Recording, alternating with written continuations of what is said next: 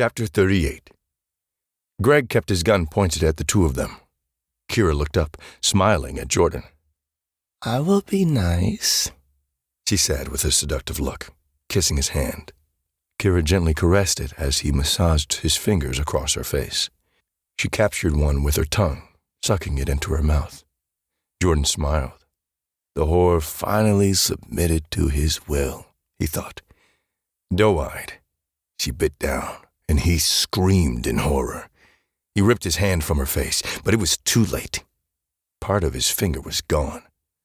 "What the fuck did you do, you damn whore?" he screamed at Kira. He turned to Greg, clutching his bleeding hand. "Kill the bitch! She just fucking bit my finger off!" Greg looked at the young woman, who spat a piece of Jordan's finger on the floor, sneering at them, her teeth bared. He pointed the gun at her, and before he could pull the trigger, someone snatched him up in the air, his legs and arms flailing wildly. His gun hit the floor with a metallic thud as Cypress, who was able to get to his feet, carried Greg into another room. Kira's head snapped around at the sound of glass shattering. He had thrown the man through a window with the last bit of strength he could muster. She smirked as she heard her grandmother's murderer screaming as he plummeted to his death, 20 stories below. Cypress fell to the ground, closed his eyes, and faded into the darkness. Kira ran to him and held him.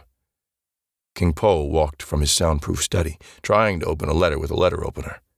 He looked at her, holding his trusted bodyguard's body. His gaze shifted to Jordan, who was still holding his half-ruined hand. "Another one of your failed operations, Jordan," the king said, a look of disgust and disappointment warring on his face. Jordan retrieved Greg's fallen weapon and pointed it at him. "It won't be a failure after I kill you and take over this city," he stated. The sound of the front door opening made him turn, distracted. King Po dropped the letter and stabbed Jordan multiple times in his neck with the letter opener. The king's former second-in-command dropped the gun as the letter opener was shoved deeper into his neck, blood spattering the king. He grabbed the attorney and hauled him out of the same window Greg was thrown from. King Po watched as Jordan flailed desperately as he fell. His body slammed into the pavement below, landing next to the broken corpse of his former underling. Someone cleared their throat, and he turned. Tracy Richards stood in the doorway, her gun pointed at him. Behind her were Brian and Dante. Kira put Cypress' head down and ran over to embrace them. Tracy smiled. "You must be King Po," she said quietly, surveying the surrounding damage. The man looked down at Cypress's motionless body.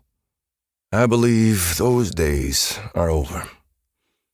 My name is Isaiah Evans," King Po said, sadness flooding his features. Brian's eyes widened at the sound of his name. "Isaiah Evans? I heard that somewhere before," he said. "I knew your parents," he replied. Dante glared at the man. "I helped your fathers build a small drug empire in this city," Isaiah said. "If you knew our parents, why did you have me dance for you?" Kira asked. Embarrassed, Isaiah hesitated a moment. "You are an exquisite woman and look exactly like your mom. I was in love with her." "So if you can't have the mother, you would settle for the daughter," Dante with anger in his voice. "You had our parents killed because you were obsessed with our mother?" Brian asked flatly. "I had nothing to do with your parents' death," he said, shaking his head. "After your parents were killed, I left the city. I came back a few years ago and built this business up." "Under the guise of King Po," Tracy frowned. "I used to be a cop before I smartened up," he replied. Turning to Dante, he said, "Your father, David, always used to call me Po. It was short for police, so I started using the name King Po when I returned. I rebuilt this business to finish what your parents started before they were killed." "Do you know who was responsible for our parents?" Brian began to say. His question was cut short by the gunshots that rang out, deafening the entire room. The side of Isaiah's face exploded in a pile of bloody spray and brain matter. Kira shrieked as it covered them and he slumped to the ground, dead. Brian raced to the window. The flash of a sniper caught his eye from the top of a nearby building. Brian howled with rage. All the secrets the man once carried were gone. Chapter 39. As the graveside ceremony ended for Mom Edna at Harmony Memorial Cemetery, Dante, Lauren, Brian, and Kira headed to Brian's truck. Detective Richards leaned against her squad car in the parking lot. I am sorry for not making the funeral. There had been some major things going on with the case, she whispered. The federal government has stepped in, and they have removed the mayor from his position. She glanced at Brian and Dante. King Poe's organization is slowly getting dismantled with the help of a federal task force. I heard Rodney is an informant who was helping to bring the organization down, Brian uttered.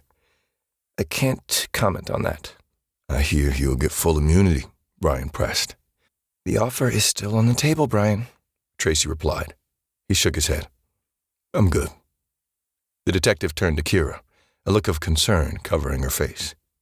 Have you shared the good news? Kira felt a little uneasy. Not yet, she mumbled.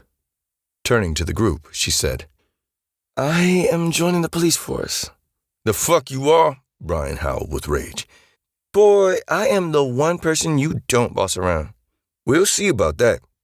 Chad Gamble suddenly appeared and walked over to them. I am sorry for everyone's loss. He then gave Dante a knowing smirk. I have an old friend who is a private investigator. Dante raised an eyebrow at the man. I had him look into Dante's past.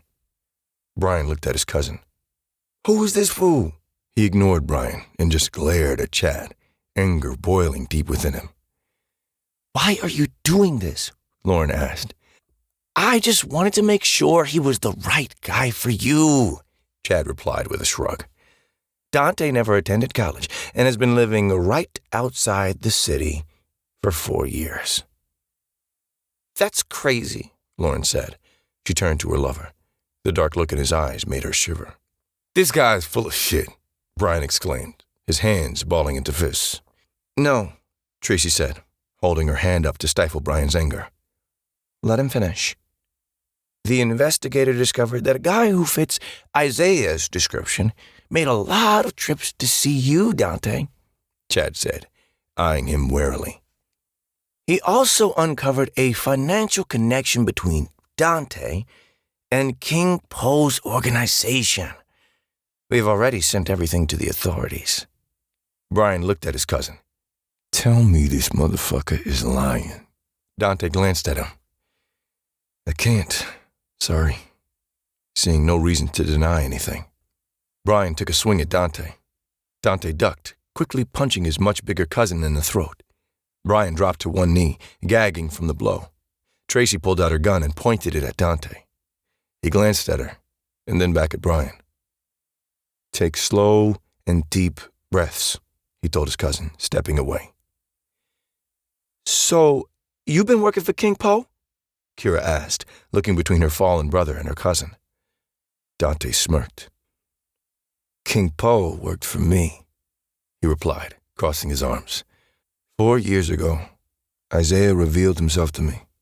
He told me our fathers were on their way to build a small empire when they were taken out.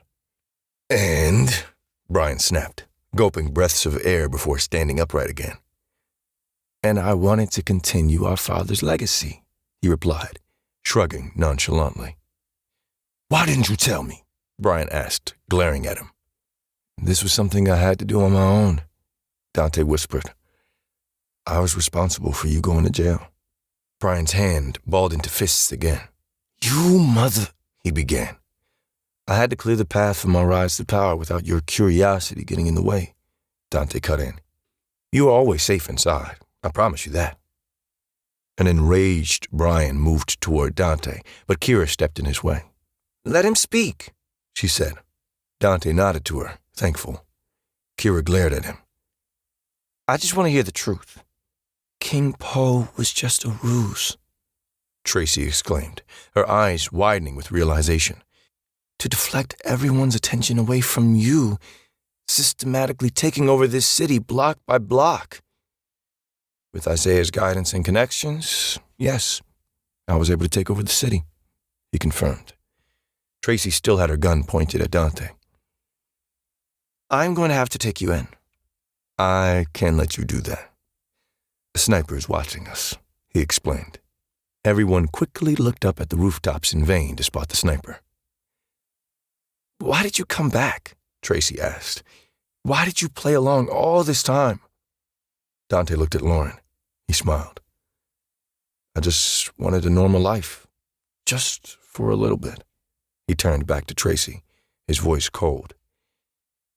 I took my eye off of things and left Isaiah in charge. He entrusted Jordan Crosby with my business, which resulted in my grandmother's death, and for that, Isaiah had to die. What about the night my partner tried to kill me? Tracy asked. I really stumbled on that by complete accident. She frowned at him, lowering her gun, realizing she had to take his statement about the sniper at face value. Afterwards, I contacted Isaiah and let him know someone ordered a hit on you. He turned to Brian. Give me your keys, Dante commanded, holding out his hand. Reluctantly, his cousin reached into his pocket, tossing them to him. I came back for you, Dante said, turning to Lauren. I want you to come with me. She went to speak, but twisted away and deep sadness passed over Dante's face.